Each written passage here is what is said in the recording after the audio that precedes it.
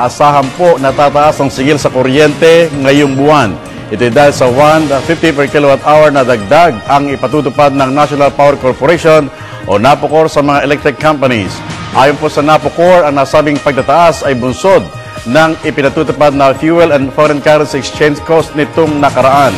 Planong ipatong ang dagdag na singil sa Generation Rate Adjustment Mechanism at Incremental Currency Exchange Rate Adjustment ng mga electric companies.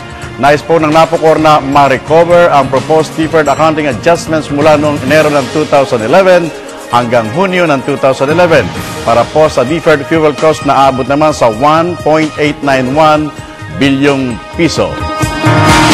Samantala, mahigit pong 1 bilyong piso naman ang inaasang matitipid ng Petron Corporation. Ito'y matapos aprobahan ng Securities Exchange Commission ang hiling nitong baguhin ng Articles of Incorporation ng nasabing kumpanya. Ayon sa probisyon, maaari nang makapag-generate at makapagbenta ng energy sources ang kumpanya.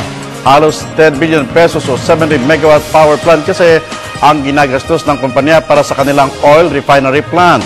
Kaugnay dito, mahigit namang $1.8 billion naman ang ilalaan para sa kanilang refinery expansion project sa Limay, Bataan. Malaki umano ang may tutulong nito sa pagpoproduce ng mas marami pang mga petroleum fuel outputs at petrochemicals sa ating bansa.